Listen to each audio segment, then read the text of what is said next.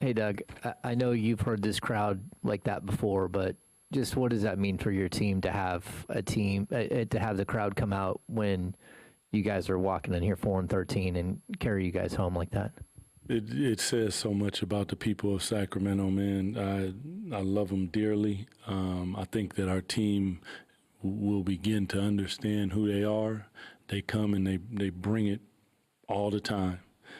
And what they ask for is that you pour your heart out on the court, and that's not too much to ask for. And for our guys to play like that, it makes you happy and excited to see our fans be able to get that vibe. It's a good vibe. Doug, DeMar was just in here a second ago, and he said that Keegan is kind of the key to this team and that it's his team.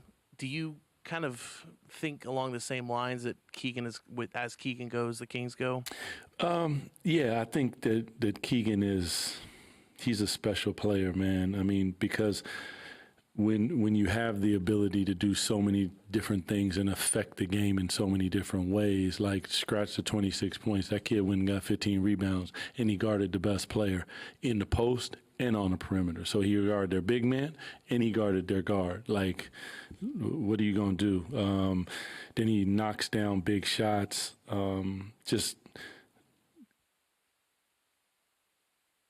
really good stuff, man. Really good stuff. Super proud of and for him because he's put in work. He has the hand. He gets it handled, stays in shape, stays locked in, and comes back and contributes. And he does it in a spectacular way that is very Keegan-esque. Yeah. Doug, 8:34 to go. You burned the final timeout on that challenge. You're down 12 at that time.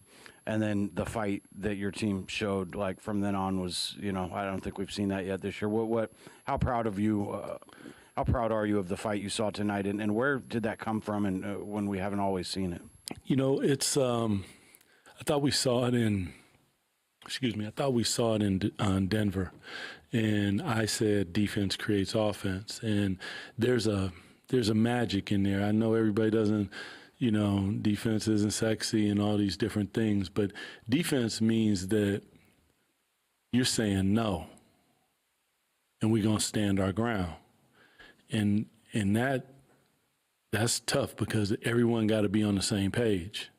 That means whatever the coverages are, and then when it breaks down, everybody got to be willing to scramble and give second and third efforts. That's a high level. So for me to watch them do that is super exciting.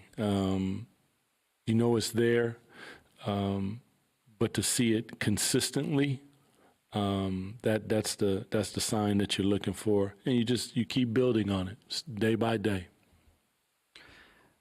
Doug, it goes without saying that there's been some struggles early in the season, some bad losses and whatnot. This team tonight came out and fought like it was Game 7 of the NBA Finals. To see a win like that, what does that do for a team like this, where you have a mixture of young guys trying to find their identity, veterans? What does a win like this do for this team, the identity, the culture, and is this one of those wins that can flip the page kind of going forward?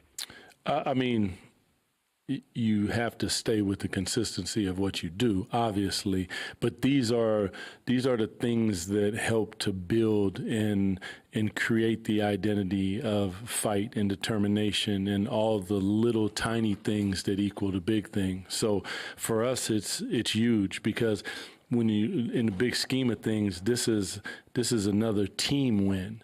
It's not just like, one guy and, no, this is, DeMar, hats off, 24th, Alex English. I mean, you passing Alex English in anything, you're doing some work.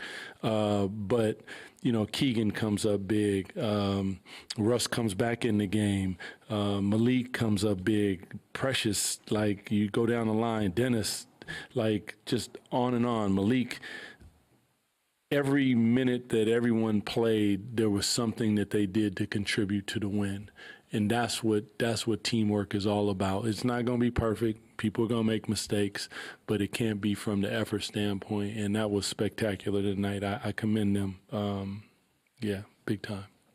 More than 80 combined points from in the paint and at the free throw line. How essential is that to your guys' game, and what's the key to generating those paint touches? Well, whether it's a paint touch off of swinging the basketball, advancing the basketball early in the game.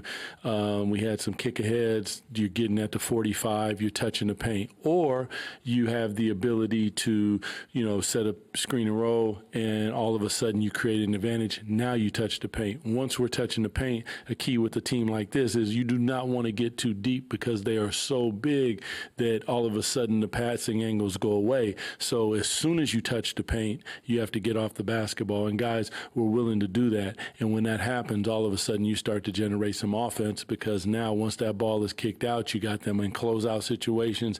Guys are now driving it again, swinging the basketball. When you do that, you put them very handsy, and you can get to the penalty.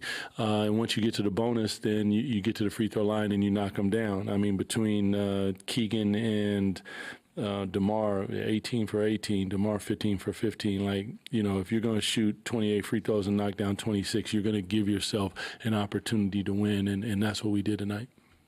Coach, you were out of timeouts with 8 minutes and some change left. What was the message to the team at that point? Just to continue to fight. You're trying to find rhythm. You're trying to find combinations. You're trying to find an offensive flow. But what my probably biggest conversation was with them is it's all about stops and rebounding the basketball. If we get stops and we rebound the basketball, we can go score the ball. But we really have to make sure that we're getting stops and rebound. And Precious came up with some big ones. Keegan came up with some big ones. And then all of a sudden we're out in transition and we're finding our way. But it was mostly about defense, trying to get stops, because that's the reason that you're using your timeouts, unfortunately, because it's not about the offense. Normally it's about the defense, and they responded in a big way. Coach, there was a distinct toughness and really flexibility with the front line of Precious, Keegan, and Max. I'm curious how that helps your defense. Keegan mentioned you can switch 1 through 5, and how you like that combination.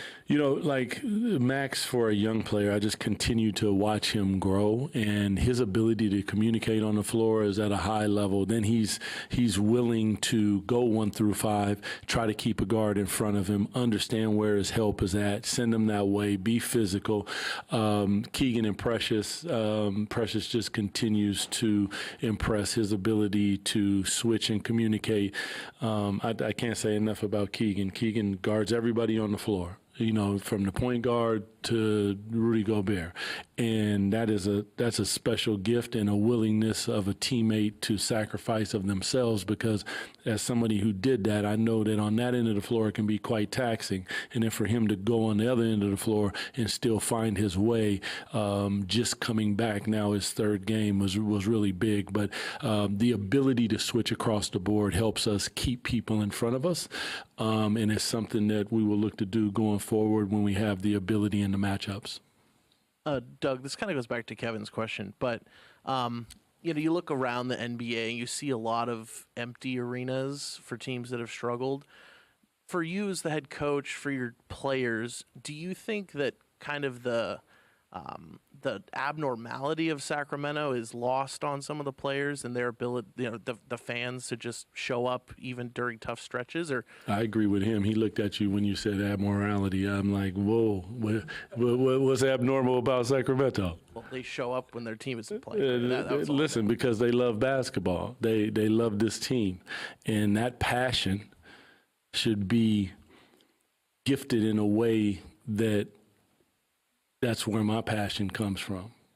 When we hit the floor, we got to give it up, man. You got to give it, and that's what they did. To our guys' credit, they gave it up, and that's what these fans deserve, and it's a beautiful thing to watch, because there's a synergy between this team and this city that they just waiting for it to happen, and super excited to watch it. It's a special thing. This arena hasn't necessarily took on its identity yet. Arco had its identity, This one is still defining itself as this ball club is setting an identity at the same time. And when that clicks together, it's going to be a beautiful thing to behold.